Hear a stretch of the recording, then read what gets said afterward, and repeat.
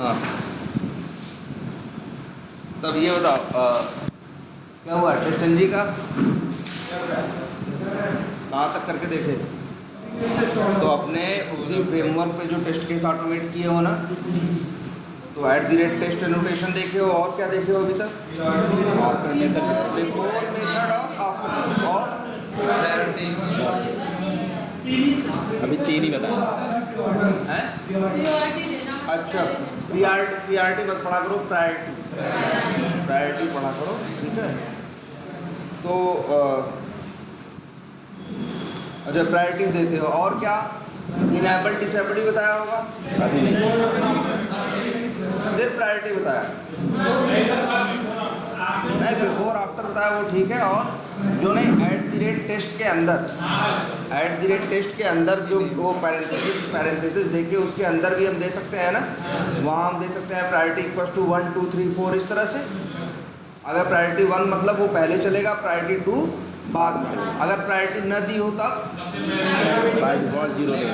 देखो, अगर प्रायोरिटी न दी गई हो तो जैसे मेरे पास एक क्लास के अंदर 10 मेथड हैं, 10 टेस्ट केस हैं, 10 के ऊपर @ है, तो वो अल्फ़ाबेटिकली शॉर्टिंग करेगा। जैसे नाम पे शॉर्टिंग नहीं होती, तो एक एक वर्ड मैच करेगा। जैसे ए है, दूसरे का जैसे शॉर्टिंग जानते हो कि नहीं भाई? ये भी तो जान लो। मान लो 3 अल्फ़ाबेटिकली, जैसे हाँ अल्फ़ाबेटिकली, जैसे मान लो कहीं लिखा है सर 3 मेथड है, 2 को मैंने प्रायोरिटी दे रखा है और ये एक मिनट, ये और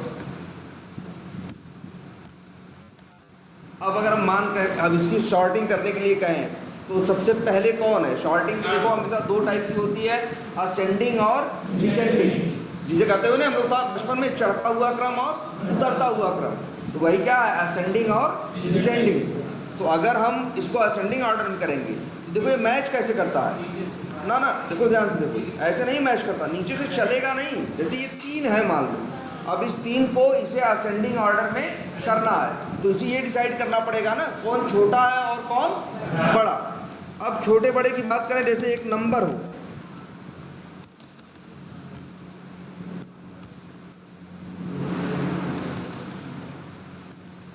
अब इसमें छोटा बड़ा कहे तो बता दोगे ना कि यार 55 सबसे छोटा है, फिर क्या है 56 है, फिर इसके बाद क्या है 77 है। जो क्रम होगा वो क्या होगा, 55 फिर 56 और फिर 77। लेकिन जब हम नाम, ये 3 नाम दिख रहे हैं ना, अब इन 3 नामों में अगर हम कहें कौन छोटा और कौन बड़ा है, तो नाम कोई छोटा बड़ा थोड़ी ना होता, नाम कोई छोटा बड़ा नहीं होता। ये कैसे देखता है? ये जो कैरेक्टर आपको दिख रहा है, ये जैसे AF जो है, अच्छा मान लो ये इतना बड़ा, अब बताओ,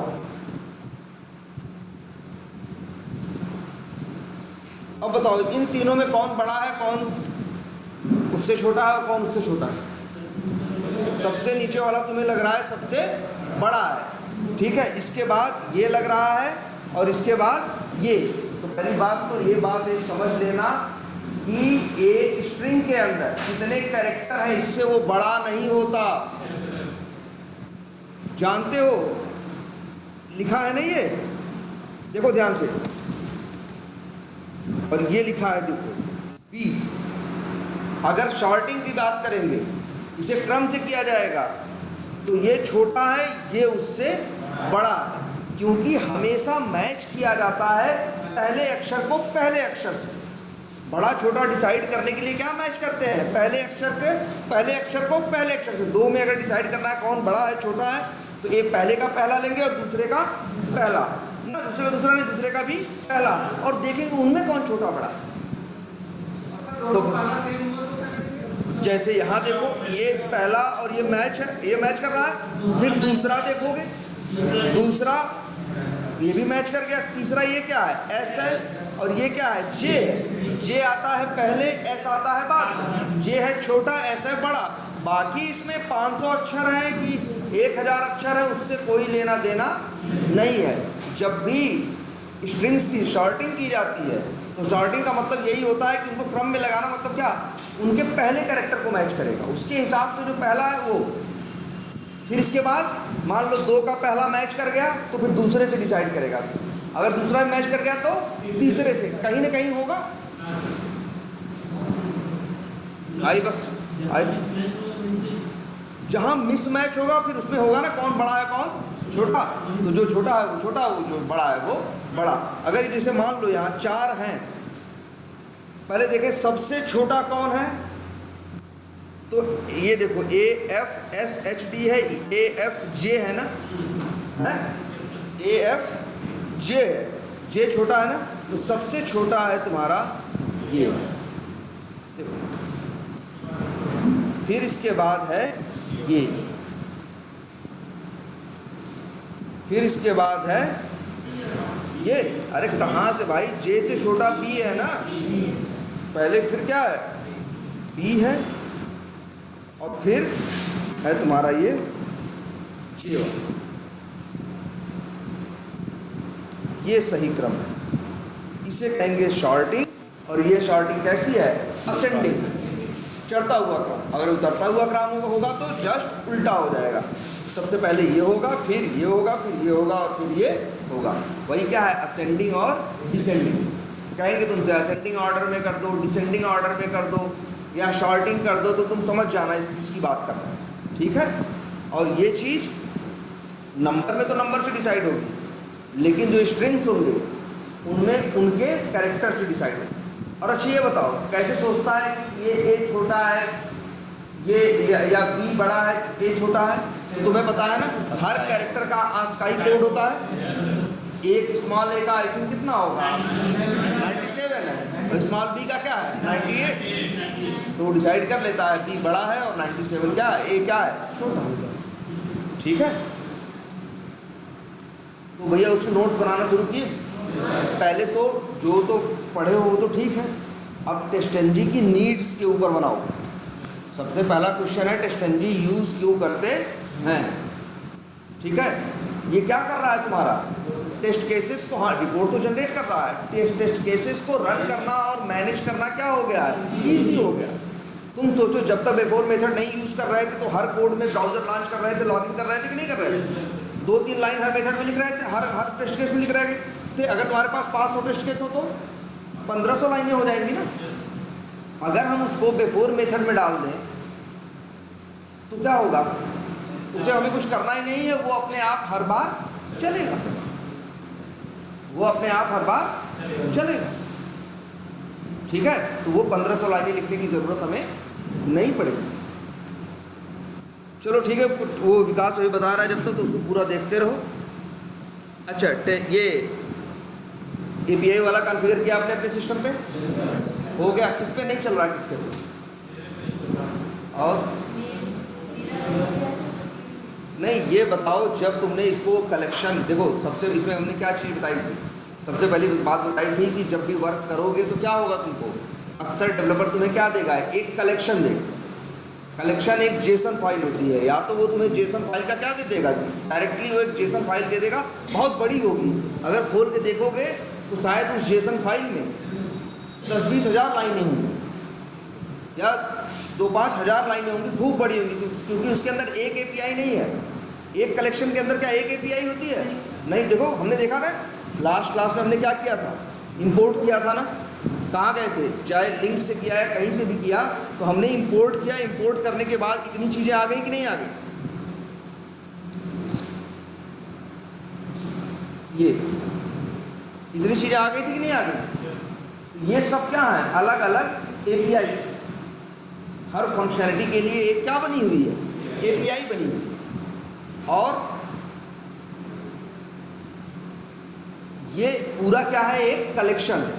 तो जो कलेक्शन होती है वो भी क्या होती है, जेसन फाइल होती है, बहुत बड़ी फाइल होती है, उसके अंदर सारी APIs की क्या होती हैं, डिटेल्स होती हैं।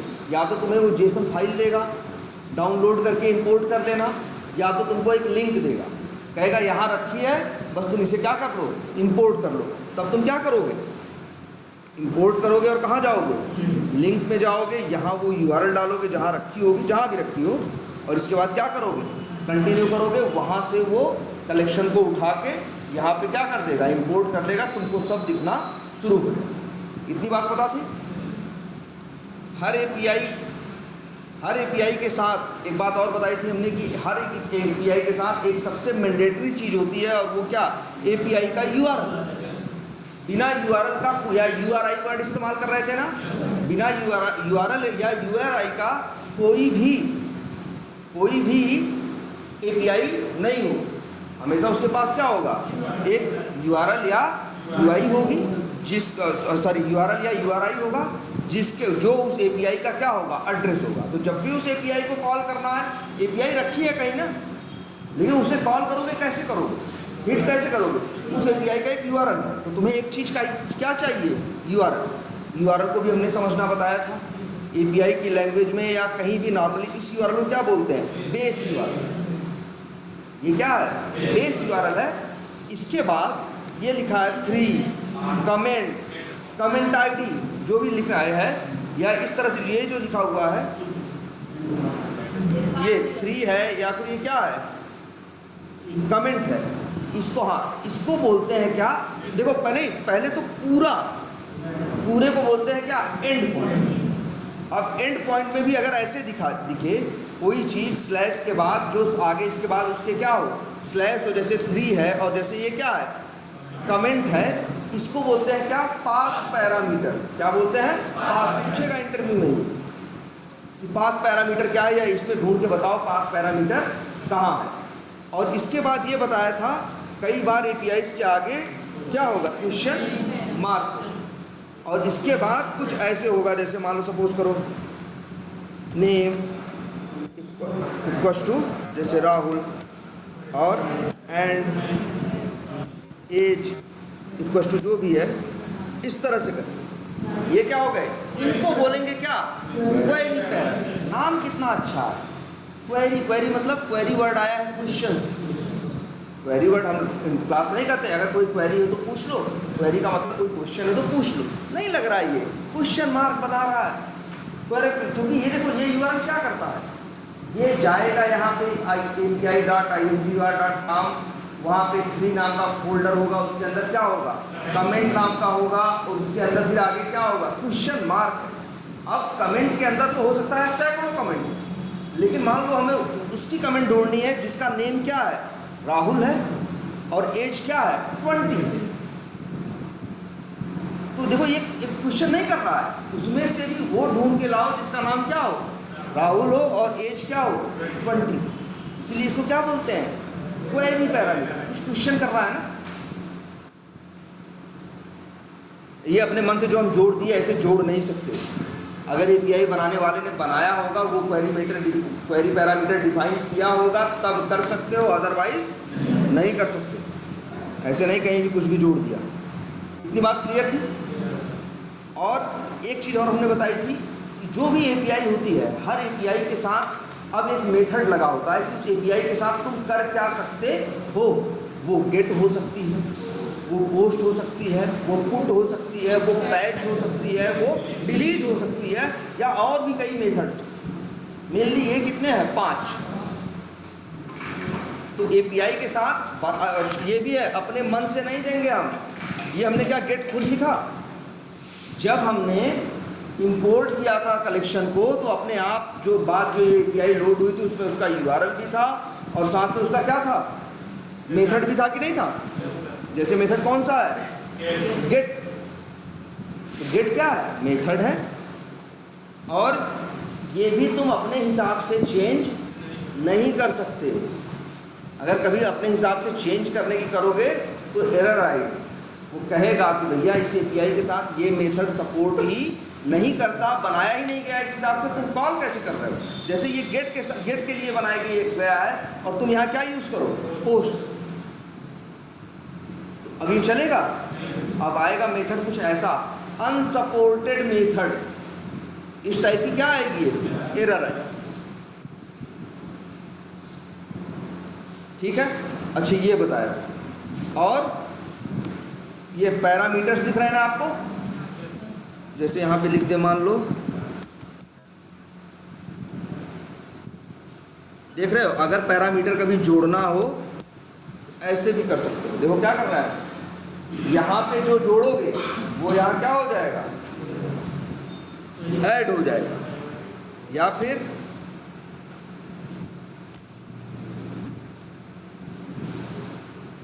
या XYZ इक्वल टू मान लो राहुल, अपने आप आ गया कि नहीं आ गया। तो जो यहाँ पैरा, इसको इसीलिए देखो नाम क्या है, कितना अच्छा है। क्या पहली बात तो देखो यहाँ पे ऊपर जब भी कोई एक रिक्वेस्ट होती है, अब तुम्हें रिक्वेस्ट का पता है ना, यूआरएल होगा, मेथड होगा, और साथ में देखो यहाँ कुछ चीज़ें और दिखा रहा है जिसे हम क्वेरी पैरामीटर बोलते हैं। उसी को यहाँ पे ये पोस्टमैन वाले क्या बोल रहे हैं, ये सबसे बड़ी बात तो कहाँ है, परम्स। परम्स मतलब क्या है, ये परम या परम वर्ड यूज़ करें या परम्स यूज़ करें तो समझ जाना ये बात कर रहे हैं पैरामीटर्स। प्रोग्रामिंग वाले अपनी लैंग्वेज में ये एक शॉर्टकट लेके चलते हैं। अक्सर जहाँ पैरामीटर लिखना होता है तो कौन पूरा पैरामीटर लिखे, क्या अक्सर वेरिएबल का नाम क्या रख देते हैं, पैरम। तो इन्होंने भी क्या कर दिया, परम्स क्या कर दिया, ये क्या है, यहाँ पे देखो कुछ कुछ दिखाई दे रही है कई params, authorization, headers, body, pre request script, test, setting, ये 6-7 इनको क्या बोलेंगे, टैब है। 6-7 क्या है, टैब है। फिलहाल हम कहाँ हैं, परम्स टैब के अंदर है, और यहाँ हमें क्या दिख रहे हैं, क्वेरी पैरामीटर दिख रहे हैं। तुमने ये देखा, यहाँ जोड़ दो डायरेक्ट तो यहाँ ऐड हो जाएगा, या यहाँ ऐड कर दो तो यहाँ जुड़ जाएगा। जैसे देखो कहाँ पे, नहीं हम ये अगर देखो जैसे चलो हम यहाँ पे क्या कर दे रहे हैं, बिल्कुल मान लो कुछ भी है, जैसे हम यहाँ क्या कर दे रहे हैं, यहाँ हम ऐड कर दे रहे हैं तो यहाँ ऐड हो गया ना अपने आप से। कुछ भी देखो हम यहाँ ऐड करने को ऐड करें, हम यहाँ रिक्वेस्ट क्या करें, सेंड करें, लेकिन ये एपीआई के यूआरएल में अगर ये चीज़ सपोर्ट करती होगी तभी ये चलेगी ना। हम एपीआई बना थोड़ी ना रहे, अरे बनी हुई एपीआई है, हम बस चला के देख रहे हैं एपीआई सही चल रही है कि नहीं चल रही। अब एपीआई में गलत यूआरएल डालोगे, वो क्वेरी पैरामीटर डालोगे जो उसमें बनाए ही नहीं है, बनाने को तो बना हम डाल दें ऐसे, लेकिन जब सेंड करेंगे तब यहाँ क्या आ जाएगी, एरर आ जाएगी। कहेगा भैया ऐसा, मतलब कहेगा आप गलत हो, देखो एरर आ गया ना। पहली बात तो ये कमेंट आईडी की बात कर रहा है, कमेंट आईडी एक तो इस बात की एरर है। मान लो कमेंट आईडी सही भी होता तब भी अगर ऐसे फालतू देते तब भी ये चलता नहीं, और तब भी क्या आती, एरर। भाई ये एपीआई है, हम इससे बस डायरेक्ट रिक्वेस्ट भेज दे रहे हैं, एपीआई के फॉर्मेट में बना हुआ है, इसलिए बेनिफिट क्या है, हम डायरेक्ट उसको रिक्वेस्ट भेज के हम देख सकते हैं कि वो क्या कर रहा है और क्या नहीं कर रहा है, क्योंकि जो वो करता है, जो रिजल्ट देता है वही यूआई पे आता है। आज हम यूआई से नहीं, हम डायरेक्टली कहाँ से चेक कर रहे हैं, एपीआई से। इतनी बात क्लियर है। तो परम्स हो सकते हैं, और तुम्हें पता है 2 टाइप के हैं, क्वेरी पैरामीटर और पाथ पैरामीटर। बताना कि जो क्वेश्चन मार्क के बाद होते हैं वो क्वेरी पैरामीटर्स में है, और की वैल्यू के पेयर में होते हैं, जैसे नेम इक्वल टू फलाना ऐसे रहेंगे ना, और फिर एंड करके अगर कई वो है नेम और वैल्यू है तो वो किससे सेपरेटेड रहेंगे, एंड। और एक पाथ पैरामीटर तो कहो कि पाथ पैरामीटर वो है जो फॉलोड बाई स्लैश, जो स्लैश के जिसके बाद क्या है, स्लैश है, जैसे 3 है, जैसे ये क्या है, कमेंट है, ये सब क्या है, पाथ पैरामीटर। क्लियर है। और ये सही देना जरूरी है। ये एक तरह से बता रहे हैं कि सर्वर, भाई जैसे सर्वर पे भी उन्होंने स्ट्रक्चर बना रखा है ना, उन्होंने ऐसा बना रखा होगा कि एक 3 नाम का फोल्डर होगा, उसके अंदर क्या होगा, एक कमेंट नाम का फोल्डर होगा। अब हम यहाँ लिख दें कमेंट 1, सेंड करो,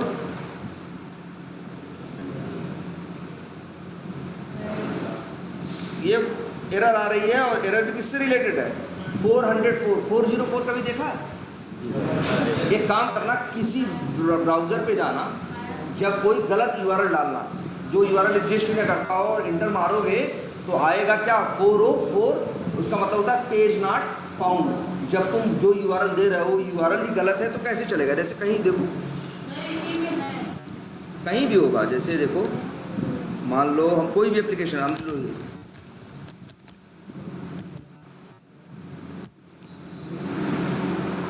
ये जो है, ठीक है, ये क्या है, इसी को बोलते हैं क्या, 404 एरर। इसका मतलब है आपका यूआरएल क्या है, गलत है, और आपको ये चीज़ मिल नहीं रही है। मान लो अगर यूआरएल सही भी हो, जैसे ये तो यूआरएल सही है ना, ये भी गलत है, सही है ना। अब यहाँ हम लिख दें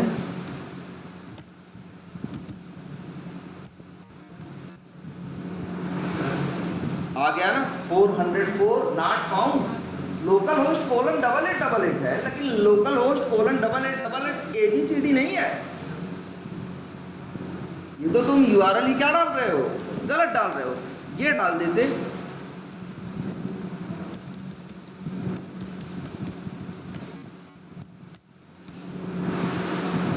index.php, आ गया ना। लॉगिन करो, लॉगिन हो रहा है। अंदर भी जाओ और एक काम करो, हर चीज़ का कुछ ना कुछ URL है ना। देखो अभी होम पेज खुलेगा, उसका भी अपना एक क्या होगा, URL है ना।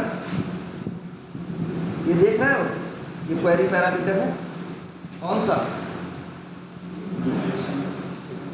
एक्शन इक्वल्स टू इंडेक्स और मॉड्यूल इक्वल्स टू, मान लो home and ABCD equals to XYZ।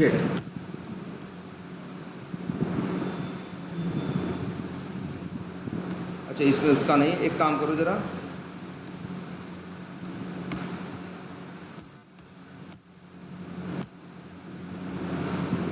ये URL एग्जिस्ट नहीं करता। कोई URL ऐसा नहीं है जिसका local host colon double at XYZ फिर index.php है ना। तो हमेशा याद रखना कि URL तुमको भाई वही डाल सकते हो जो अलाउड हो। क्लियर है इतनी बात। 401 आएगा, चलो बताते हैं उसी के ऊपर आ रहा है। डेटा एक्सेप्टेड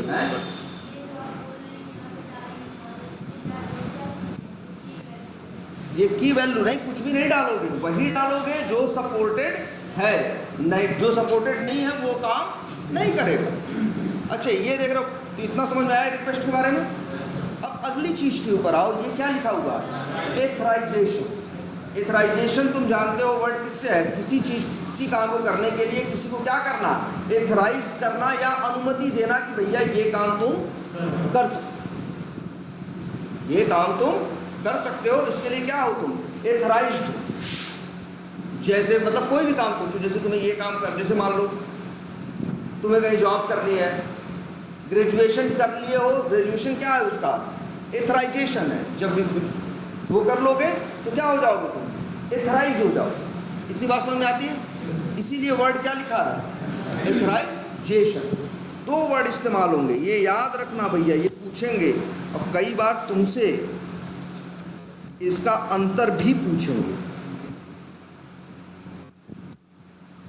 ऑथेंटिकेशन और एथराइजेशन।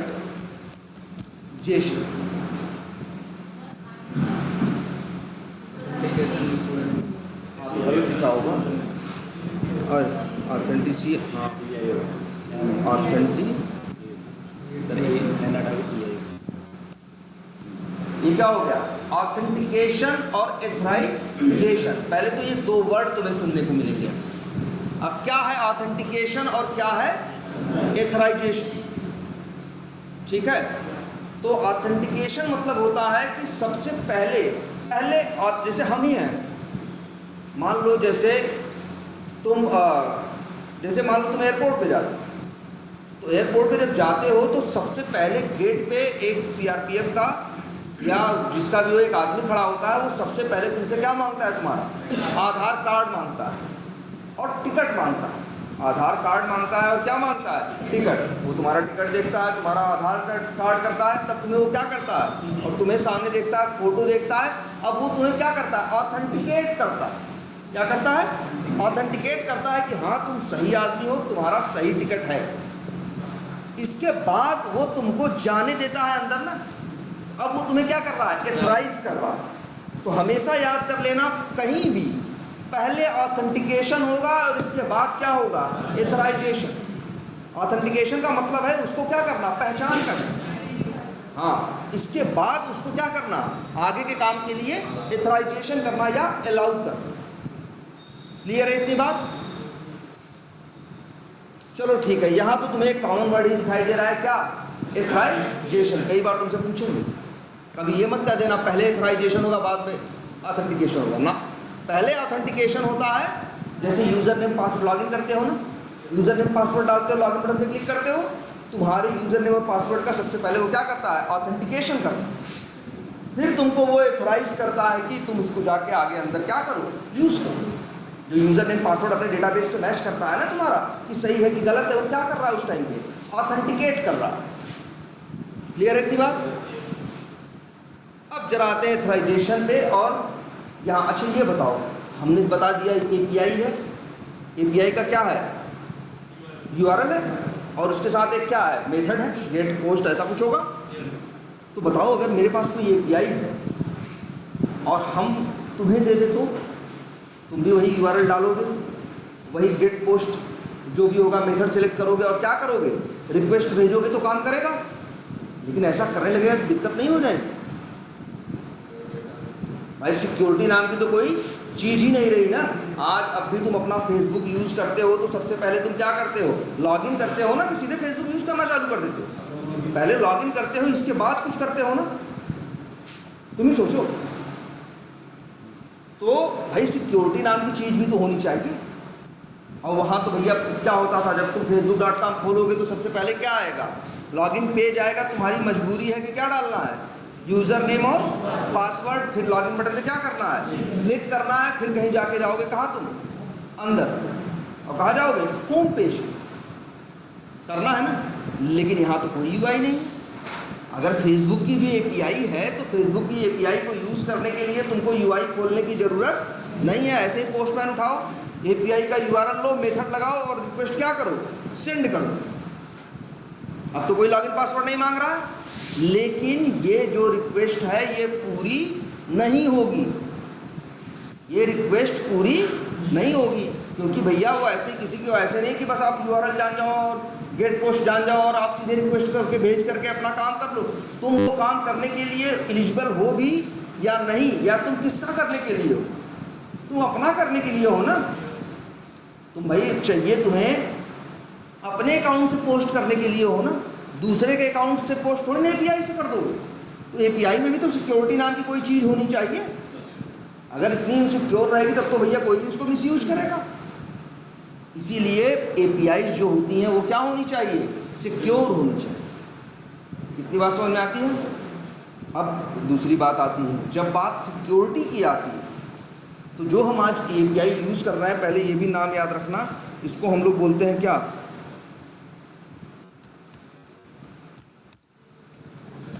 ये क्या है, रेस्ट एपीआई। इसका नाम क्या है, रेस्ट। ठीक है। तो जो ये तुम्हारी रेस्ट एपीआई होती है इसमें कोई भी सिक्योरिटी होती नहीं है। अगर सिक्योरिटी है तो सिक्योरिटी क्या करनी पड़ती है, डालनी पड़ती है। डेवलपर अगर मान लो बना रहा है एपीआई, जैसे मान लो डेवलपर बना रहा है IMGUR को या फेसबुक को या कहीं भी, और वो यूज़ क्या कर रहा है, रेस्ट एपीआई के कंसेप्ट को, तो उसमें उसको सिक्योरिटी मिलेगी नहीं। सिक्योरिटी वो क्या करेगा, अलग से डालेगा। और वो सिक्योरिटी के कई टाइप हैं। यही देखो यहाँ है ना, एथराइजेशन में क्या दिख रहा है तुम्हें, टाइप, क्लिक करो। इतनी तरह की सिक्योरिटी है। तो रेस्ट एपीआई वालों ने अपने साथ क्या बनाया है, सिक्योरिटी का भी उसमें कुछ फ्रेमवर्क बनाया और उस रेस्ट एपीआई के अंदर उसके अंदर डाला, और ये सारे ऑप्शंस अवेलेबल हैं। एक ऑप्शन दिख रहा है क्या, नो ऑथ। नो मतलब नहीं, ऑथ मतलब नो ऑथेंटिकेशन। मतलब ये ऐसी एपीआई होगी, अगर हम कभी नो ऑथ कर लें, हम कब कर सकते हैं नो ऑथ, जब मेरी एक ऐसी एपीआई है जो सिक्योर नहीं है, जो जिसमें वो सिक्योरिटी नहीं चाहता था। कोई ऐसी सिक्योरिटी जानते हो एपीआई, अरे जैसे मौसम की एपीआई है ना, तो हिंदुस्तान इंडिया का मौसम विभाग अपने कहीं डालता है ना, तुम जाओ हर न्यूज़ चैनल पे तो तुमको टेम्परेचर, हवा कितनी चल रही, ये चल रहा वो चल रहा, सब दिखता है ना हर न्यूज़ चैनल की वेबसाइट पे। कैसे दिखता है, फोन करके थोड़ी मांग के रोज वहाँ अपडेट कर रहे हैं। उन लोगों ने क्या कर रखा है, एपीआई यूज़ कर रखी है। किसकी, मौसम विभाग ने के पास डेटा आता है, वो अपना इंटरनेट पे क्या करता है, अपलोड करता है, और उसने अपना क्या बना रखा है, एपीआई बना रखी है। और ये जो हज़ारों न्यूज़ चैनल वाले या जो दूसरे साइट वाले हैं, उसकी उसी एपीआई का यूज़ करके मौसम के अपडेट उनको मिलते हैं, और वो अपने साइट पे वही तुमको क्या करते हैं, डिस्प्ले करके दिखाते हैं। वहाँ देखो एक साइट किसकी है, मौसम विभाग की है, और एक साइट किसकी है, जैसे मान लो एनडीटीवी है तो एनडीटीवी की है, जी न्यूज़ है तो जी न्यूज़ की है ना। इस तरह से क्या है, अलग अलग सब, और सब पे मौसम दिख रहा है ना। ये लोग थोड़ी अपनी सेटेलाइट छोड़े हैं, जी न्यूज़ वाले या NDTV वाले। सेटेलाइट तो किसने छोड़ा है? इंडियन गवर्नमेंट ने, मौसम विभाग ने छोड़ा है ना। और वो उन्होंने वो अपना जो सॉफ्टवेयर बनाए हैं जहाँ पे वो सेटेलाइट का डेटा डालते हैं, वो हो सकता है .NET में बनाए, NDTV हो सकता है जावा में बनी है ना, जी न्यूज़ हो सकता है PHP में बनी हो, मैटर नहीं करता। लेकिन जो वो है इंडियन मौसम विभाग है, उसने API बना रखी है और वो अपना डेटा जो देना होता है वो जेसन में देता है, जो लेना होता है वो जेसन में लेता है। अब चाहे NDTV हो, चाहे जी न्यूज़ हो, चाहे तो मौसम विभाग वाली API अक्सर किसकी कैसी होती है? जैसे गवर्नमेंट जिन चीज़ों को चाहता है कि इस पर भाई ये पब्लिक की चीज़ है, भाई ये छुपा क्या करेंगे कि आज बारिश होगी कि नहीं होगी, तो इसको इन लोगों ने क्या कर रखा है? हो सकता है ये API जहाँ जो हो ये किसके साथ हो? नो ऑथेंटिकेशन के साथ हो, कि कोई भी उस API को हिट करे और आंसर ले। लेकिन एक API वो जो फेसबुक पे मेरे कितने पोस्ट हैं वो लेके आए, या मेरे कितनी फ्रेंड हो वो लेके आए, तो वो तो सिक्योर, उसको तो सिक्योर होना चाहिए ना। ऐसा तो नहीं कि तुम देख लो कि मेरे कितने फ्रेंड हैं या हम क्या करते हैं फेसबुक पे, वो तो हम हैं तो अपनी देखें, तुम हो तो किसकी देखो? अपनी देखो। तो वहाँ तो क्या होनी चाहिए? सिक्योरिटी होनी चाहिए ना। तो और भी कई चीज़ें हैं, दिख रहे हैं ऑप्शन ना। और एक ऑप्शन दिख रहा है तुमको OAuth 2.0, OAuth 2.1 है ना, और भी बहुत है। हॉक ऑथेंटिकेशन है, AWS सिग्नेचर है, डाइजेस्ट ऑथ है, बेसिक ऑथेंटिकेशन है, बेयरर टोकन है, API की है, ऐसे करके क्या है, ढेर सारे अवेलेबल हैं। अच्छा, मान लो जिसने ये API बनाई है उसने यूज़ किया है किसका? OAuth 2.0 का, तो हमें भी यहाँ क्या यूज़ करना पड़ेगा? OAuth 2.0 का। भाई जो सिक्योरिटी उसने लगाई है, अगर हमें जाना है तो वही वाले, तो उसी की चाबी जो मेरे पास है तो उसी के थ्रू हम जाएंगे ना। वो सिक्योरिटी अलग ढंग की लगाया है और हम वो ताला अलग ढंग लगाया, हम खोलने के लिए अलग चाबी लेके जाएं, खुलेगा? नहीं खुलेगा ना। तो इसीलिए देखो सबसे पहले, और ये API जिस डेवलपर ने बनाई है उसने सिक्योरिटी उसमें डाली है, इसी वाले में, इसमें जो यूज़ कर रहे हो IMGU को, इसे कोई भी एक्सेस नहीं कर सकता, क्योंकि उन लोगों ने सिक्योरिटी वहाँ डाली हुई है। और सिक्योरिटी जो डाली है उसका नाम क्या है? OAuth 2.0। OAuth 1.0 मतलब पहले आया था, उन्हीं लोगों ने बाद में बनाया और सिक्योर और अच्छा उसको क्या दिया, नए वर्जन का नाम OAuth 2.0। तुमसे पूछेगा इंटरव्यू में, हर जगह यही यूज़ हो रहा है पिछले 5-7 साल से। तुमसे कुछ पूछेगा तो तुम कहना भैया हम क्या यूज़ करते हैं? OAuth 2.0 मेरी कंपनी में, मेरे प्रोजेक्ट में या प्रोडक्ट में API में यही सिक्योरिटी इम्प्लीमेंटेड है। कौन सी? OAuth 2.0। और वही तुम यहाँ क्या कर रहे हो? यूज कर OAuth 2.0। यहाँ ऐसे क्या करो, सेलेक्ट कर लो। ठीक है, इतनी बात समझ में आती है सबको?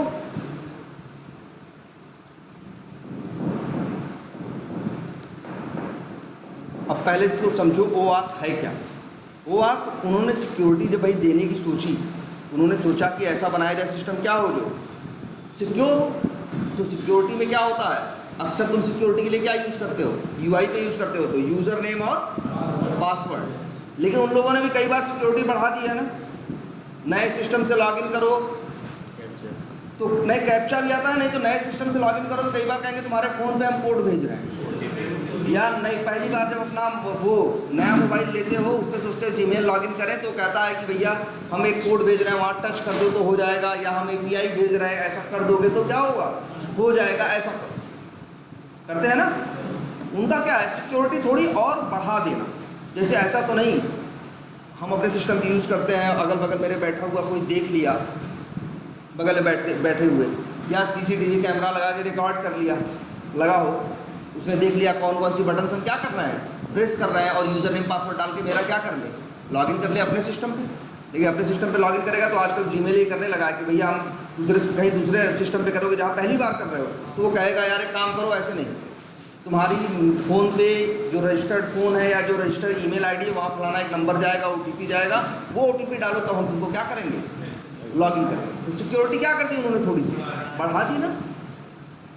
अब ऐसे एपीआई की बात करें, एपीआई तो बड़ी, एपीआई तो समझो एक तरह से जादू जैसी चीज़ है। वही काम जो यूआई से करते हो बहुत टाइम लगता है और बहुत टाइम लगता है, सब कुछ होता है। एपीआई तो क्या करती है चीज़ें, फटाक से कर देती है। मान लो एक एप्लीकेशन, सोचो ज़रा ध्यान से, एक कोई एप्लीकेशन हो जिसको हम कुछ देर के लिए हैक करें, हम किसके थ्रू हैक करें उसको, यूआई के थ्रू, और मान लो हमने आधे घंटे के लिए क्या कर लिया, उस सिस्टम को हैक कर लिया, तो या फिर हम ऑटोमेशन करके डेटा निकाल रहे हैं किसी साइट से, तो आधे घंटे में कितना डेटा निकाल पाएंगे, लिमिटेड ना भाई। वो जाएगा पेज, एक पेज से दूसरे पेज पे घूमेगा, नाचेगा, ये सब करेगा, तो आधे घंटे में कितना लेके आ पाएगा। लेकिन मेरे पास एपीआई हो तो, और हमें वो एपीआई पता हो जो उसका सारा डेटा ले आ सकती हो, तो डायरेक्टली एपीआई की हिट करेंगे और डायरेक्टली डेटा मेरे पास क्या हो जाएगा, आ जाएगा। एपीआई का और सिक्योर होना, एपीआई तो बैकएंड लेयर है ना, फ्रंट एंड नहीं है, वो क्या है, बैकएंड है, उसका तो बहुत सिक्योर होना क्या है, जरूरी। तो जो ये तुम्हारे हैं, अगर जहाँ पे भी OAuth 2.0 इम्प्लीमेंटेड होगा जहाँ सिक्योरिटी के लिए, तो सिर्फ यूज़र नेम और पासवर्ड पे मानेगा नहीं।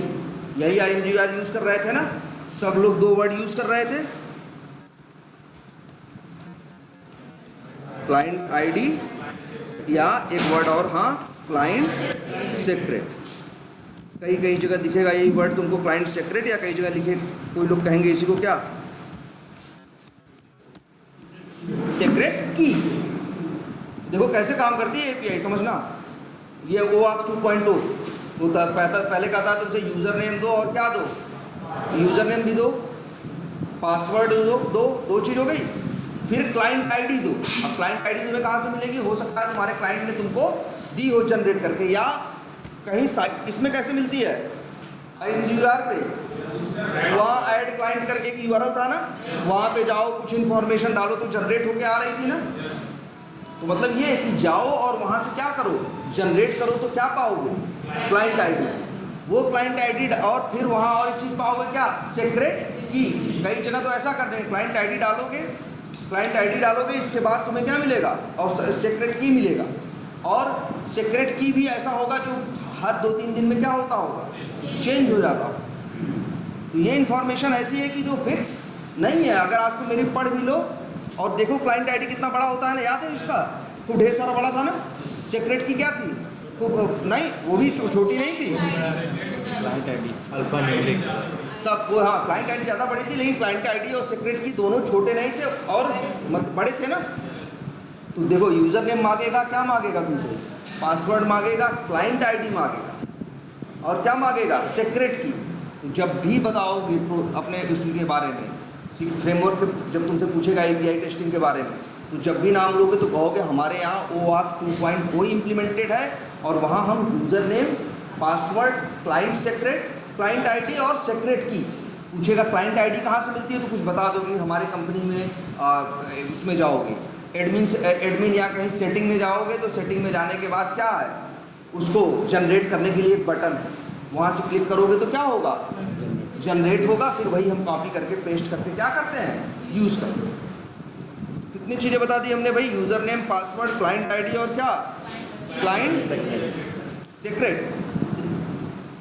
जब अब इन 4 चीज़ों को लेके अब तुम क्या करोगे, जानते हो, ध्यान से देखना, एक पोस्ट रिक्वेस्ट भेजोगे, क्या, पोस्ट रिक्वेस्ट। जैसे ये रिक्वेस्ट है ना, तो याद रख लो आज से कि लगभग जितने भी सिस्टम तुम यूज़ करोगे या एपीआई आगे लाइफ में यूज़ करने वाले, हर एपीआई या तो गेट पोस्ट होगी, सब होगी। कुछ भी करने से पहले लगभग हर एक सिक्योर एपीआई के अंदर एक लॉगिन नाम की एपीआई जरूर होगी। जैसे इसमें भी होगी लॉगिन, या ऐसा कुछ मिलता जुलता हुआ नाम होगा। इन्होंने नाम क्या रखा है, जनरेट एक्सेस टोकन। हाँ, बहुत लोग इसका नाम रख देंगे क्या, लॉगिन, या कुछ भी रख देंगे। एक एपीआई होगी हमेशा, किसी भी सिक्योर एपीआई में कुछ भी नहीं कर सकते।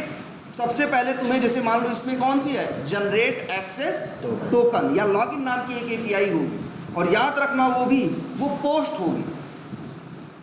क्या होगी, पोस्ट। कौन सा मेथड लगा होगा उसके साथ, पोस्ट। तो सबसे पहला हम जैसे इस पर टेस्टिंग करने जाए ना, तो सबसे पहला मेरा काम क्या है जानते हो, सबसे पहला मेरा काम है कि इस एपीआई को खोलना, और यहाँ पे भी कहाँ जाना, जनरेट एक्सेस टोकन। ये एक कैसी एपीआई है? पोस्ट। कौन सा मेथड है इसके साथ? पोस्ट। और यहाँ पे जो इंफॉर्मेशन ये मांग रहा है, जो इंफॉर्मेशन, जैसे हम यहाँ क्या सेलेक्ट करें, ओ ऑफ 2.0, देखो मांगने लगा ना, टोकन नेम मांग रहा है, क्या मांग रहा है ये? ग्रांट टाइप मांग रहा है, एक कॉल बैक यूआरएल है, एक क्या है? ऑथराइजेशन यूआरएल है, और एक क्या है? क्लाइंट आईडी है, और एक क्या है? Client secret.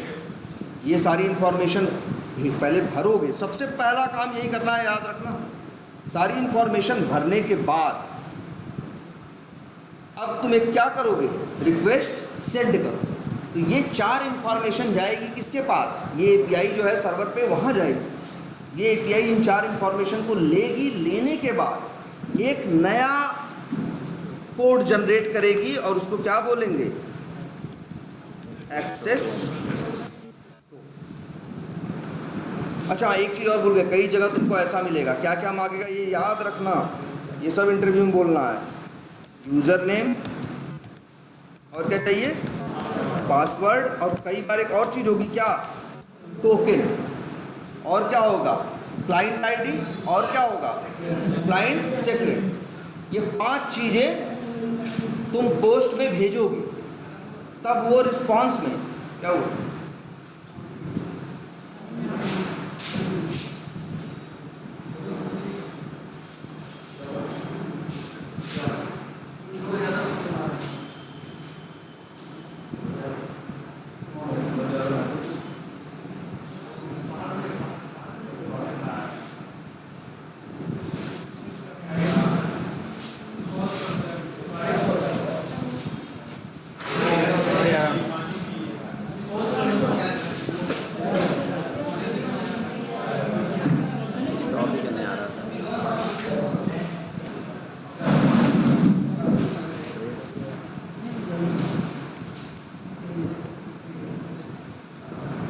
ये देखो, ये 5 चीज़ का नाम जरूर लेना, क्या देना? और इसका नाम होगा ये, क्या देना कि भाई OAuth 2.0 इम्प्लीमेंटेड है, और उसका तरीका क्या है? User name, password, security token, client ID, और क्या? Client secret. ये 5 इंफॉर्मेशन के साथ एक पोस्ट रिक्वेस्ट पहले भेजोगे, और वो पोस्ट रिक्वेस्ट तुम्हारे लिए एक नया टोकन भेजेगा, जिसको बोलेंगे क्या हम? Access token. अब इस एक्सेस टोकन के सहारे तुम एपीआई को क्या कर सकते हो? हिट भेज सकते हो। समझ रहे हो? जैसे इसमें मान लो एयरपोर्ट में ही है, या कहीं ऐसी जगह गए, सारी इंफॉर्मेशन पहले आधार कार्ड ये वो दिखाने के बाद तुम्हारा उसने क्या बना दिया है? कार्ड बना दिया। एक क्या बना दिया? एक कार्ड बना दिया। अब अंदर जो भी करना है, जहाँ कुछ मांगे तुम्हें डायरेक्ट क्या दिखाना है? ऐसे कार्ड दिखाना है, भैया हमें ये दे दो, ये कार्ड दे।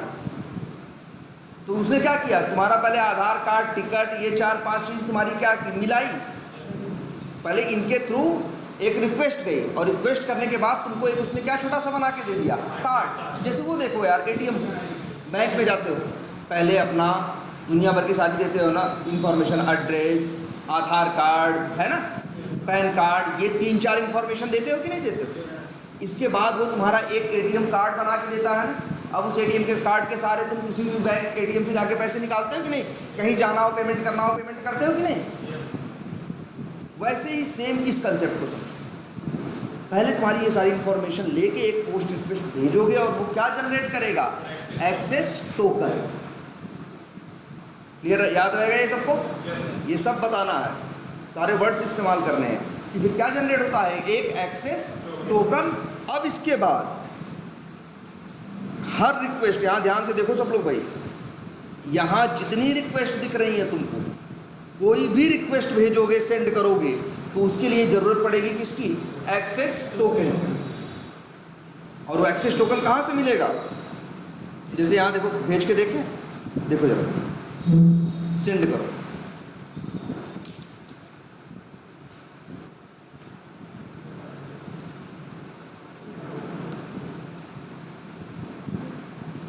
क्या क्लाइंट क्रेडेंशियल्स आर इनवैलिड, मतलब ये देख रहे हो एक्सेस टोकन जनरेट नहीं हुआ। पहले तुम्हें ऑथेंटिकेट करेगा, तब तुम्हारे लिए एथराइजेशन के लिए तुमको क्या देगा, एक्सेस टोकन, कि भैया अब तुम एथराइज हो। लेकिन यहाँ अभी इनका क्या हुआ, जो भी था एक्सेस टोकन जनरेट नहीं हुआ। और अगर एक्सेस टोकन जनरेट होगा तो कैसा होगा, कुछ ऐसा, या तो ऐसा कर लो तुम भाई, क्या करो, और ये एक्सेस टोकन भी कब तक रहेगा, कुछ समय तक। हो सकता है किसी ने अपना एक्सेस टोकन ऐसा बनाया हो जो 1 दिन तक चले, किसी ने ऐसा बनाया हो जो कितने घंटे तक चले, 4 घंटे तक चले। तो जब भी तुम जनरेट एक्सेस टोकन करोगे और सेंड बटन पे क्लिक करोगे तो क्या होगा, एक एक्सेस टोकन जनरेट होगा ना। अब इसी एक्सेस टोकन का यूज़ करना है तुम्हें हर रिक्वेस्ट भेजने में। जैसे ये है ना अकाउंट गैलरी फेवरेट्स नाम की एक क्या है मेरी रिक्वेस्ट है कि नहीं है। अब ये रिक्वेस्ट हम भेजना चाहते हैं तो हम इसके लिए क्या करें, OAuth 2.0 करें, और यहाँ वो एक्सेस टोकन मांग रहा है ना, और एक्सेस टोकन की जगह हम क्या डाल दें, यही वैल्यू, और अब रिक्वेस्ट सेंड करेंगे तो ये रिक्वेस्ट पूरी होगी। और यहाँ यूजर नेम पासवर्ड नहीं डालना, यूजर नेम पासवर्ड ये सब कहाँ डालना था, जनरेट एक्सेस टोकन में। यहाँ जरूरत पड़े, जैसे यहाँ नहीं मांग रहे हैं ये लोग, मान लो यूजर नेम, ये लोग क्या मांग रहे हैं, क्लाइंट आईडी मांग रहे हैं, क्लाइंट सीक्रेट। कोई ऐसा होगा जो कहेगा मेरी एपीआई में सब चाहिए भैया, क्या चाहिए, यूजर नेम भी, पासवर्ड भी, सिक्योरिटी टोकन भी, हमने तीसरी चीज़ बताई ना क्या, सिक्योरिटी टोकन भी चाहिए, क्लाइंट आईडी भी चाहिए, और क्लाइंट सीक्रेट भी चाहिए। ये 5 चीज़ जब तुम पोस्ट रिक्वेस्ट पहले भेजोगे तब वो वहाँ से रिस्पॉन्स में क्या भेजेगा, सिक्योर वो भेजेगा एक्सेस टोकन। अब वो एक्सेस टोकन हो सकता है 4 घंटे के लिए क्या हो, वैलिड हो, और उस एक्सेस टोकन के सहारे अब तुम किसी भी एपीआई को क्या कर सकते हो, हिट कर सकते हो। लेकिन कब तक, जब तक वो एक्सपायर ना हो। अगर 4 घंटे तक का उसका टाइम है और 4 घंटे बाद वो एक्सपायर हो गया, तब दोबारा तुम्हें फिर से वही यूज़र नेम पासवर्ड ये सब डाल के क्लिक करो, सेंड बटन पे क्लिक करोगे, रिक्वेस्ट जाएगी और रिस्पांस में क्या आएगा, वही एक्सेस टोकन। इस बार कुछ अलग आएगा, लेकिन अगले 4 घंटे के लिए तुम्हारा क्या रहेगा, वही रहेगा वैलिड। अब जो भी रिक्वेस्ट भेजनी है उसी के सहारे भेजो। तो याद हो गया ना, सबसे पहला काम क्या करना है, तुम्हारे यहाँ जनरेट एक्सेस टोकन हो या बहुत जगह क्या होगा, लॉगिन या कोई नाम रखा होगा, सबसे या ऑथेंटिकेशन, कुछ भी नाम किसी ने रख दिया होगा। सबसे पहले तुम्हें उस रिक्वेस्ट को क्या करना है, कॉल करना है, सेंड करना है। रिस्पॉन्स में पाओगे क्या, एक्सेस टोकन, और इसके बाद जो भी रिक्वेस्ट जितनी भी यहाँ पे और दिख रही है ना, एक तो ये हो गई, और बाकी तो इसमें और सैकड़ों वो है ना, सैकड़ों एपीआईज है ना, तो किसी को भी यूज़ करोगे तो किसके सहारे, इसी एक्सेस टोकन के साथ। अब ऐसे तो थोड़ा झंझट हो जाएगा ना यार, हर बार एक्सेस टोकन पाएँ हम, कॉपी करें और जगह जगह क्या करें, पेस्ट करें। किसी इंफॉर्मेशन को कई जगह यूज़ करते हैं तो प्रोग्रामिंग की लैंग्वेज क्या करती है, कंसेप्ट यूज़ करती है वेरिएबल का ना। अगर एक वैल्यू है, जैसे राहुल नाम है, 50 जगह यूज़ करना है तो 50 जगह राहुल लिखेंगे तो पागल है हम। राहुल को हम एक्स नाम के वेरिएबल में डाल दें, और एक्स नाम के वेरिएबल को कहाँ यूज़ कर लें, 50 जगह। कल को हमें बदलना होगा जब अगली बार, तो नाम राहुल की जगह रमेश करना है तो हमें क्या 50 जगह करना है, नहीं, कहाँ करना है, एक जगह। सेम यही कंसेप्ट तुम्हारा यूज़ करता है पोस्टमैन, अपनी तरफ से देता है एक ऑप्शन कि तुम चाहो, जिसको हम वेरिएबल बोल रहे हैं, इसको ये लोग क्या बोलते हैं, पैरामीटर। वो कहते हैं कि चाहो तो आप क्या बना सकते हो, पैरामीटर, और वो पैरामीटर मतलब समझो क्या, एक तरह से वेरिएबल। यहाँ देखो, यहाँ क्लिक करो, यहाँ पैरामीटर में आओ, और यहाँ पे क्या है, 2 हैं, इन्वायरमेंट और ग्लोबल। ग्लोबल का मतलब है ये हर जगह क्या रहेगा, अवेलेबल रहेगा। हमने नाम क्या रख दिया, एक्सेस टोकन। नाम कुछ भी रख सकते हैं, 80 नाम रख सकते हैं, कोई जरूरी नहीं एक्सेस टोकन ही रखते हैं। हमने क्या, हम चाहे तो क्या नाम क्या रख दें, 80 नाम रख दें इसका। तो वेरिएबल का नाम क्या हो गया, 80, और इसमें वैल्यू क्या सेट कर दी, वही किसकी, उसकी, हाँ, एक्सेस टोकन। अब जानते हो क्या होगा, अब जब भी तुम्हारी ये जनरेट एक्सेस टोकन चलेगा तो चलने के बाद वो क्या रिस्पॉन्स में देगा, एक्सेस टोकन देगा ना। और वो एक्सेस टोकन आके इसी वेरिएबल पे क्या हो जाएगा, सेट हो जाएगा। और जगह जगह इसी वजह से अगर हमने कहीं यूज़ करो, टाइप में क्या यूज़ कर दो, OAuth 2.0 और अवेलेबल टोकन या तो कॉपी करके पेस्ट करो। तुम्हें पता है तुमने नाम क्या रखा है, एक्सेस टोकन। तो यहाँ वेरिएबल जब याद रखना, पोस्टमैन में कोई वेरिएबल बनाते हैं तो भाई यार अक्षर ही हर जगह होते हैं तो कंफ्यूजन ना हो जाए, इसलिए इन लोगों ने कंसेप्ट दिया कि हम उसको वेरिएबल मानेंगे जो डबल करली ब्रेसेस से क्या होगा, अंदर। हमने नाम क्या रखा था, एक्सेस टोकन।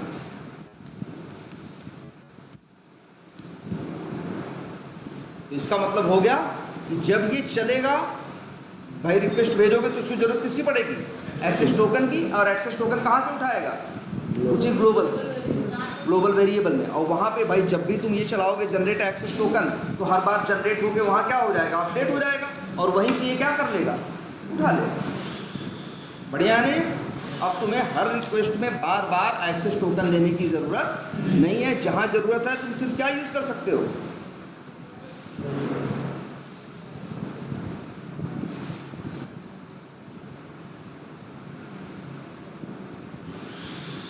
यहाँ पे एक्सेस टोकन जो है, या तो पूरा एक्सेस टोकन कॉपी करके पेस्ट करो या तो फिर क्या लिखो, डबल करली ब्रेसेस। जहाँ पे भी वेरिएबल का कंसेप्ट यूज़ करना है, याद रखना पोस्टमैन में क्या चलता है, डबल करली ब्रेसेस। क्लियर है। तुम्हें ये चीज़ कई जगह यहाँ दिख रही होगी, जैसे यहाँ दिखा है ना, डबल करली ब्रेसेस यूज़र नेम। क्या मतलब है, यूज़र नेम कुछ नहीं है, यूज़र नेम तो हो सकता है राहुल हो, यूज़र नेम तो क्या हो सकता है, राहुल हो। तो यूज़र नेम वेरिएबल में अगर हमने राहुल डाला है तो यहाँ यूज़र नेम वेरिएबल कहाँ है, हम चाहें जैसे इन लोगों ने बना रखा है गौरव बीटा बना रखा है ना, तो जहाँ इस्तेमाल होगा गौरव बीटा इस्तेमाल होगा।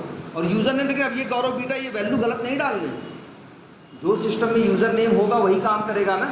अगर गौरव बीटा नाम का वहाँ बना ही नहीं तो थोड़ा नहीं काम कर जाएगा, इन्होंने वही डाला होगा जो इनका सही यूज़र नेम है।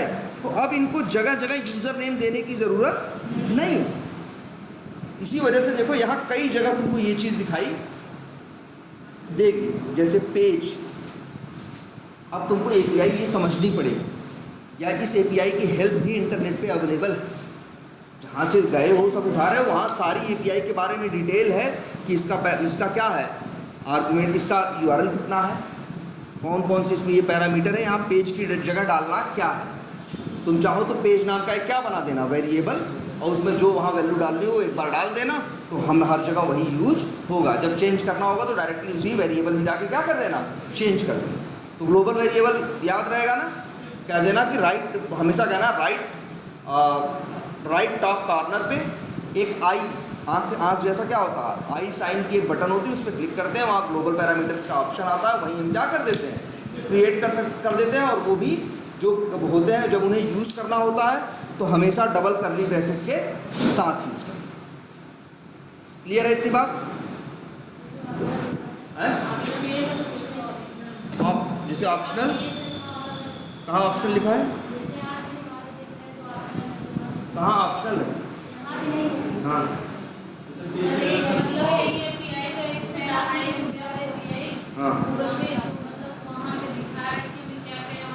हाँ हाँ हाँ हाँ। और दूसरा क्या है, ऑप्शनल। अच्छा, जब एक API यूज़ करते हो, अब अच्छा पहले हाँ उस पर आते हैं, लेकिन पहले इतनी बात क्लियर हुई। अब सबसे पहले एक API तुमने हमेशा देखी, सबसे पहले तो पोस्ट करते हो, और इसके बाद अब जो यूज़ करना है, चाहे गेट यूज़ करो और चाहो क्या यूज़ करो, पोस्ट। और एक तुमने गेट दी, तो अब गेट के बारे में ये वीडियो सुन के ज़रूर लिखना। गेट एक ऐसी API है, गेट एक ऐसा मेथड है, जब भी किसी API के साथ लगता है उस API के पास सिर्फ और सिर्फ URL होता है। क्या होता है, सिर्फ और सिर्फ URL। गेट API जब भी लगेगी तो गेट API के पास क्या हो, हमने तुमको कई बार बताया है ना कि यार API से रिक्वेस्ट भेजनी है तो JSON में भेजते हैं ना, और फिर जब रिस्पांस आता है किस में आता है, JSON में आता है ना। लेकिन याद रख लो अब इस बात को, गेट रिक्वेस्ट में हम कोई भी JSON भेजते नहीं है। JSON कब भेजते हैं, पोस्ट में, पुट में, पैच में, लेकिन गेट में नहीं। तो ये बात याद रहेगी। ये पूछेंगे, तुमसे पूछेंगे गेट और पोस्ट में क्या अंतर है, या पूछेंगे गेट में क्या क्या होता है, तो तुम्हें बताना है ये बात कि गेट जो एपीआई के साथ गेट मेथड होता है, तो गेट में सिर्फ क्या होता है, सिर्फ यूआरएल ही होता है, कोई जेसन साथ में होती नहीं है। पोस्ट में दोनों हो सकता है, जेसन भी हो सकती है और क्या हो सकता है, यूआरएल भी यूआरएल तो होगा ही होगा, साथ में जेसन भी हो सकती है, लेकिन गेट में कोई जेसन नहीं हो। क्लियर है इतनी बात? एक तुम्हें ये पता चला गेट के बाद, है ना। अब इसके बाद बात आती है किसकी, पोस्ट। अच्छा, और क्या होगा तुम्हें पता है, और तुम्हें पता है क्वेरी पैरामीटर हो सकते हैं गेट के अंदर, तुम्हें पता है एथराइजेशन की बात है, एक पता है और क्या, हेडर्स। हेडर्स क्या होता है, हेडर्स तुमको ये इंफॉर्मेशन देता है अगर उस रिक्वेस्ट के बारे में कोई और एक्स्ट्रा इंफॉर्मेशन है तो, अगर कोई क्या हो, एक्स्ट्रा इंफॉर्मेशन, ठीक है। तो जैसे यहाँ पे है ना होस्ट, होस्ट मतलब हम गेस्ट हैं, हम रिक्वेस्ट भेजते हैं, हम लोग क्या हैं, गेस्ट हैं, और उस सर्वर जो होता है वो क्या होता है, होस्ट। तो वही कह रहा है होस्ट की कोई इंफॉर्मेशन देनी है तो दे लो। यूज़र एजेंट, ठीक है, जो एजेंट यहाँ से रिक्वेस्ट लेके जाएगा वो है, एक्सेप्ट है, एक्सेप्ट इनकोडिंग है, कनेक्शन है, एथराइजेशन, बेयरर, और फिर क्या, वही एक्सेस टोकन। सॉरी, गिरा तो नहीं मुझे,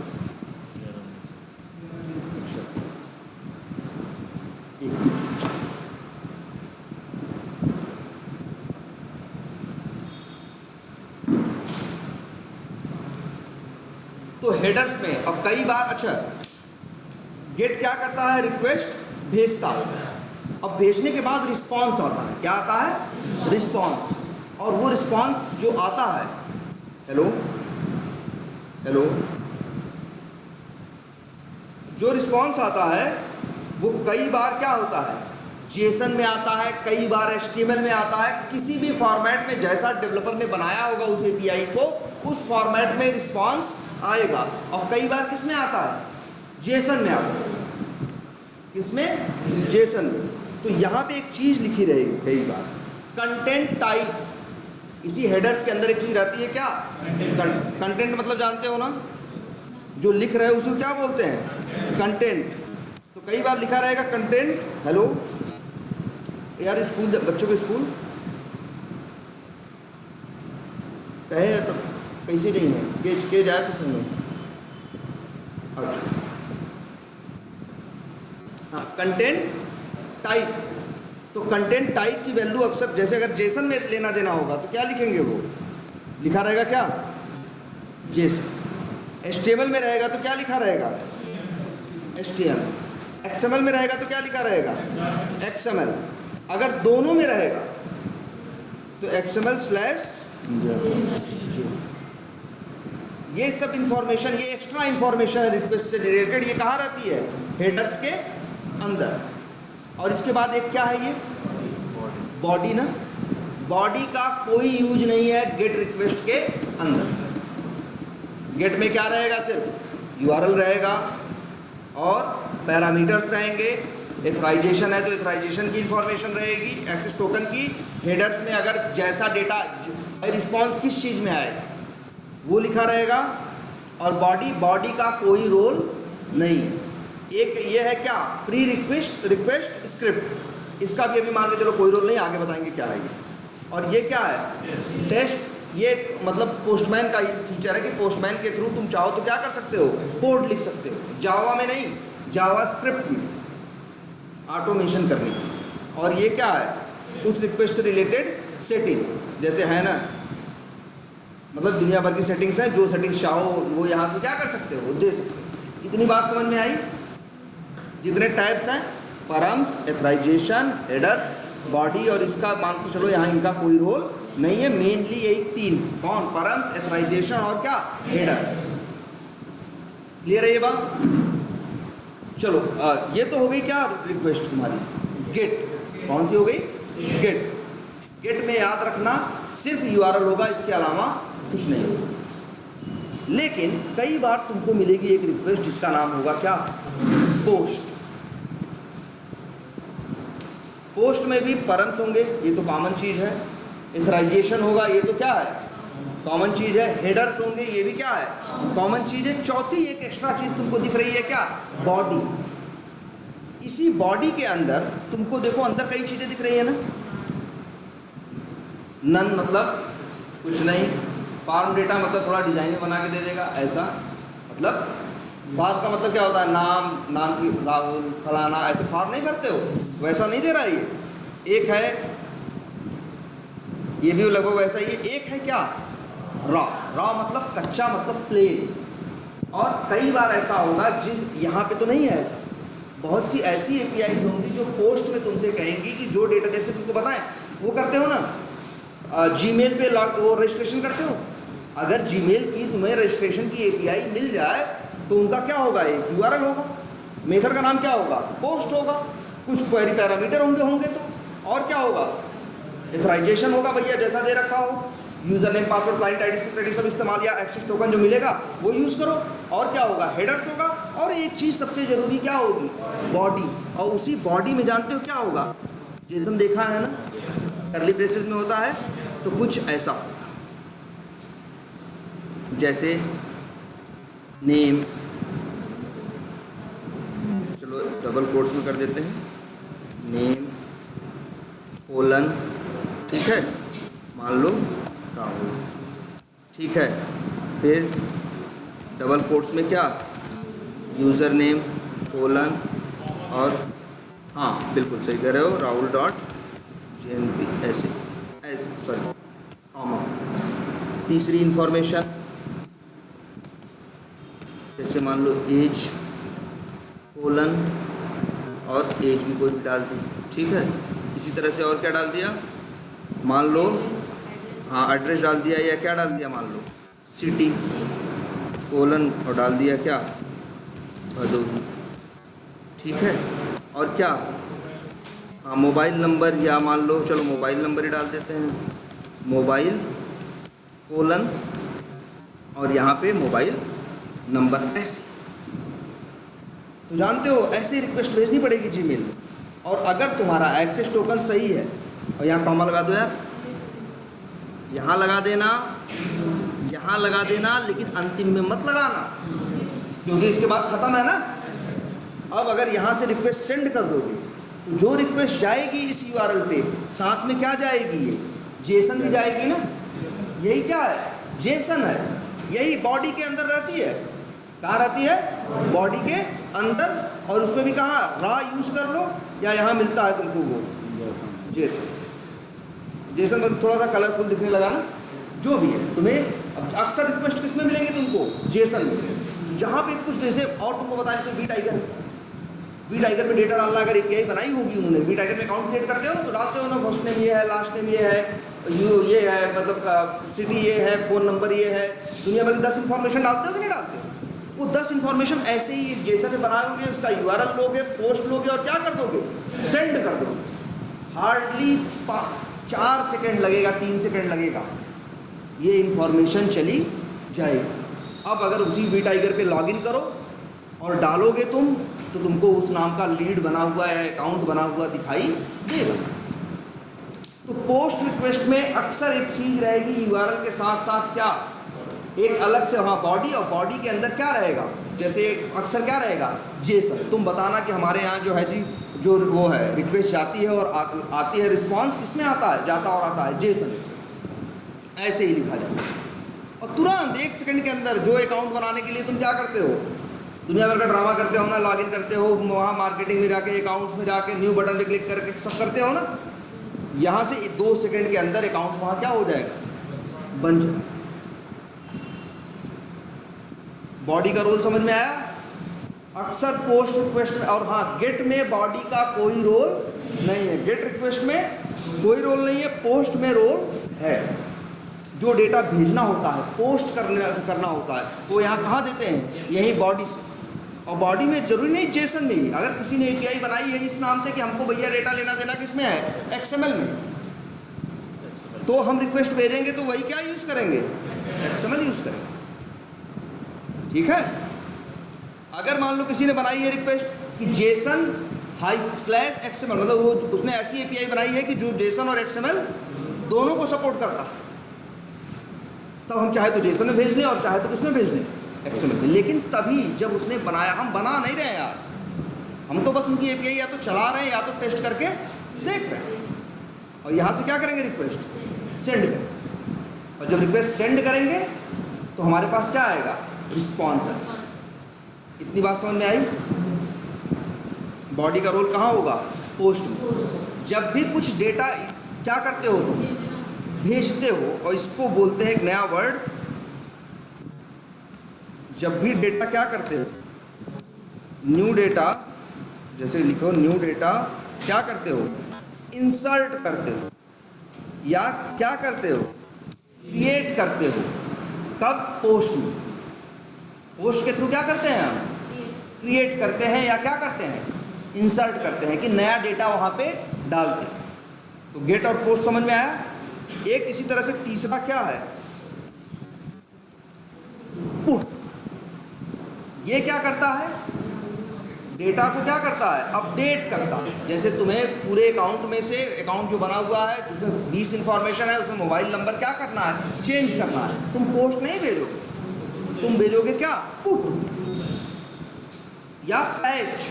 पुट और पैच किसके लिए हैं, अपडेट करने के लिए। उनमें भी यही है, पुट और पैच के साथ भी बॉडी अक्सर हो सकती है, होती है अक्सर। और एक लास्ट में क्या होता है, डिलीट, जिसके थ्रू हम क्या कर सकते हैं, डिलीट कर सकते हैं। जिसके थ्रू हम क्या कर सकते हैं, जैसे अकाउंट डिलीट करना हो तो हमने यहाँ से क्या भेज दी, डिलीट रिक्वेस्ट भेज दी। अब ये बात समझ में आई, चारों पांचों रिक्वेस्ट समझ में आई, क्या होगा और क्या नहीं होगा। पोस्ट में, पैच में, पुट में, इन तीनों में मैक्सिमम केसेस में बॉडी होगी। और बॉडी या तो जेसन में भेज रहे होगे या तो XML में, जैसा हो। और तुम लोग बताना क्या, जेसन, कि हमारे यहाँ जी क्या चलता है, जेसन, ठीक है। और बताना गेट में नहीं होती, और डिलीट में भी कहना नहीं। डिलीट में और गेट में क्या, डिलीट में क्या कर सकते हो, सीधे URL देके भी चीज़ों को क्या कर सकते हो, डिलीट। जैसा उन्होंने बनाया है बस हम क्या कर रहे हैं, यूज करके टेस्ट कर रहे हैं कि सही है या गलत है। एथराइजेशन के बारे में पता चला, उसकी नोट्स बनाना, ये सब बोलना है, ये याद रखना। जितने वर्ड्स बता रहे हैं इंटरव्यू में बोल रहे हैं, और हर इंटरव्यू में पूछा जाएगा। आजकल कोई ऐसा इंटरव्यू नहीं होगा जहां API टेस्टिंग ना मांग रहे हैं। जो भी मिलेंगे तुमको API टेस्टिंग पूछेंगे जरूर, ठीक है। और ये आसान है, UI टेस्टिंग से बहुत ज़्यादा क्या है, ये आसान है, देख रहे हो ना। अच्छा, अभी कोई पूछ रहा था क्या, मैंडेटरी और ऑप्शनल। मैंडेटरी और ऑप्शनल, जैसे हम यहाँ से जेसन भेज रहे हैं ना, रजिस्ट्रेशन करते हो जब Gmail पे तो 10 चीज़ मांगता है ना, उसमें से 7 चीज़ ऐसी होती है जो भेजना जरूरी है, और 3 चीज़ ऐसी, चाहे भेजो चाहे ना भेजो। तो वही 7 चीज़ जो है वो रिक्वायर्ड है या मैंडेटरी है, वर्ड याद रखना है ये सब भाई। क्या रिक्वायर्ड या फिर क्या वर्ड इस्तेमाल करो, मैंडेटरी। रिक्वायर्ड या फिर क्या, मैंडेटरी, और साथ में क्या, एक क्या, ऑप्शनल। वो जो 3 इंफॉर्मेशन है, चाहो तो रिक्वेस्ट में जेसन के साथ भेजो और चाहो तो ना भेजो, वही क्या है, ऑप्शनल। हाँ, जैसे 10 चीज़ मांग रहा हो मान लो, जैसे अरे अकाउंट में जाते हो, क्रिएट अकाउंट करते हो, वहाँ पे देखो लास्ट नेम और कंपनी नेम मस्ट है, तो वो क्या है, रिक्वायर्ड है। बाकी 15 चीज़ क्या है, ऑप्शनल है। चाहो भेजो चाहे ना भेजो, तुम्हारा अकाउंट क्रिएट होगा, और चाहो तो भेज लो। वहीं से क्या आता है, रिक्वायर्ड और ऑप्शनल। हम टेस्टिंग भी ऐसे ही करते हैं। API जब हमको टेस्ट, मान लो हम काम कर रहे हैं VTiger पे, और एक अकाउंट की एक API बनी है, हमें टेस्टिंग के लिए मिली, तो हम क्या करेंगे, हम एक भाई रिक्वेस्ट आज भेज रहा है ना, तो रिक्वेस्ट में जेसन बनाएंगे, और जेसन में डालेंगे क्या चीज़, सिर्फ 2, और सेंड करके देखेंगे कि हो रही है कि नहीं। भाई ये 2 रिक्वायर्ड डेटा था, और इसके थ्रू अगर वहाँ क्या हो रहा है, अकाउंट बन जा रहा है, तो कहेंगे हाँ API सही काम कर रहे हैं। या मान लो 2 इन्फॉर्मेशन भेज दिए तब भी नहीं अकाउंट बन रहा है, कह रहा है तीसरी चीज़ भी दो, तो हम कहेंगे क्या है, डिफेक्ट है। ये कह रहा है रिक्वायर्ड, भाई तुमने बताया, डेवलपर्स कहोगे कि तुमने तो बताया रिक्वायर्ड चीज़ें 2 हैं, लेकिन ये 2 चीज़ों से सहारे नहीं बना रहा है, कह रहा है एक चीज़ और मांग रहा है, मतलब तुम्हारे उसमें क्या है, कुछ गड़बड़ है, सही करो उसे, है ना। सिर्फ ऑप्शनल इन्फॉर्मेशन डाल के और फिर रिक्वेस्ट भेजेंगे तो जानी चाहिए नहीं ना। जब मैंडेटरी इन्फॉर्मेशन जाए, भाई हम बताओ, चलो हमने लास्ट टाइम नहीं डाला अकाउंट बनाने में, कंपनी ने नहीं डाला, फालतू की चीज़ें डाल के और सेव करे, सेव होगा। लेना चाहिए उसे, नहीं लेना चाहिए ना, तो ये भी क्या करेगा, नहीं लेगा, नहीं लेना चाहिए। तो यही सब टेस्टिंग करते हैं कि भाई रिक्वायर्ड डेटा पे काम कर रहा है कि नहीं, कि सिर्फ ऑप्शनल के काम नहीं करना चाहिए, रिक्वायर्ड और ऑप्शनल दोनों हो तो काम करना चाहिए। और क्या देखोगे बताओ, और क्या टेस्टिंग करोगे इसमें? जैसे हमने यहाँ से भेजा कितनी इन्फॉर्मेशन, ये 5 चीज़ें, ये जाएगा, रिक्वेस्ट सेंड करेंगे तो ये जाएगा कहाँ जाता है बताओ, जाएगा सर्वर पे, और सर्वर ले जाके अंतिम में चीज़ों को कहाँ सेव करता है, डेटाबेस में ना। हम चाहे तो डेटाबेस में जाके देख लें, या एप्लीकेशन का यूआई ओपन करके देख लें कि इस नाम पे रजिस्ट्रेशन हुआ कि नहीं हुआ, या हम जाके डेटाबेस में देख लें। अगर हो गया है तो कहेंगे क्या है, एपीआई सही काम कर रही है। और फिर और क्या मैच करेंगे, ये भी मैच करेंगे, यार यहाँ से राहुल भेजा है तो वहाँ भी डेटाबेस में क्या गया है, राहुल गया है। जब यहाँ से भेजा है यूज़र नेम rahul.jnp तो वहाँ क्या गया है, rahul.jnp ही गया है। एक जब 25 भेजी है तो वहाँ भी क्या गई है, 25 गई है। ये चेक करोगे ना, एक तो कैसे चेक कर सकते हो बताओ, अगर ये जो एपीआई सही काम की है, वैसे तो सेंड करोगे तो एपीआई भी अपनी तरफ से एक मैसेज देती है कि सक्सेसफुली डन, ये तो एपीआई ने बता दिया, लेकिन फिर भी मेरी ड्यूटी बनती है कि हम चेक करें। तो हम शायद ऐसा करेंगे कि अगर हमने मान लो ये यूज़र नेम डाला है तो इसी यूज़र नेम से लॉगिन करने के लिए कोशिश करेंगे। अगर रजिस्ट्रेशन हो गया रहा होगा तो लॉगिन हो जाएंगे, अगर नहीं हुआ रहेगा तो लॉगिन नहीं होगा, है ना। या फिर डेटाबेस में जाके चेक करेंगे कि वहाँ ये इन्फॉर्मेशन गई या नहीं, ये जो इन्फॉर्मेशन है वही गई कि नहीं गई। तो एपीआई टेस्टिंग में क्या करोगे भाई, अपना डेटा चेक करोगे कि जो जाना था वो गया कि नहीं गया। अच्छा मान लो एक गेट रिक्वेस्ट है, जैसे मान लो अकाउंट इमेजेस, इसका काम क्या है, इसका काम है कि जो अकाउंट से फ्री अकाउंट, इससे क्या हो, इमेज लेके आना। अब लेके आएगा, मान लो किस में लेके आ रहा है, जेसन में लेके आ रहा है। तो भैया हम चला के देखें,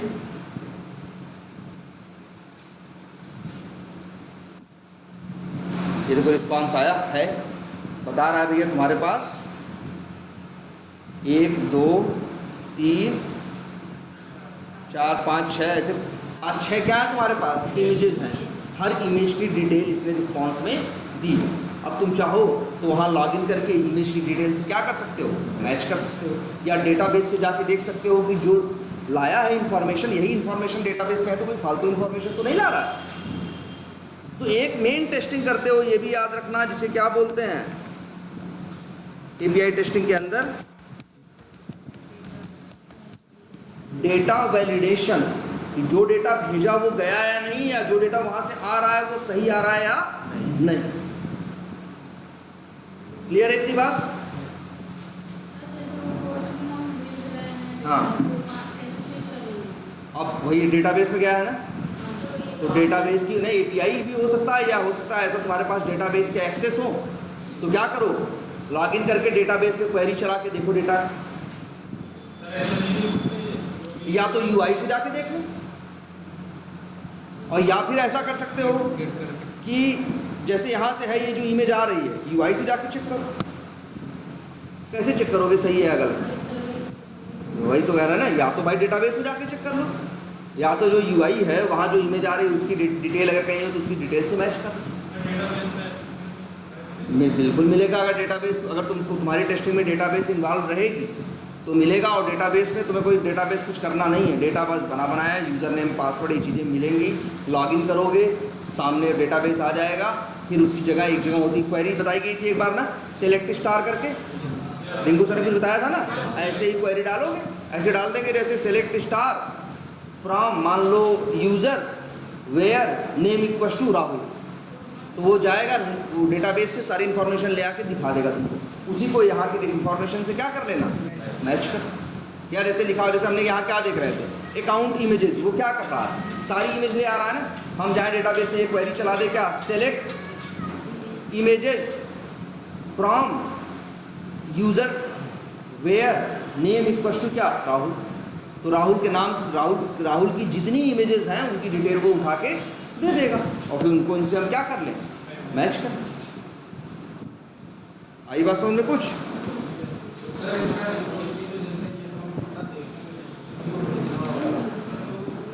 पहली बात तो देखो ये ऑटोमेशन नहीं है, जो हम कर रहे हैं ये मैनुअल टेस्टिंग है।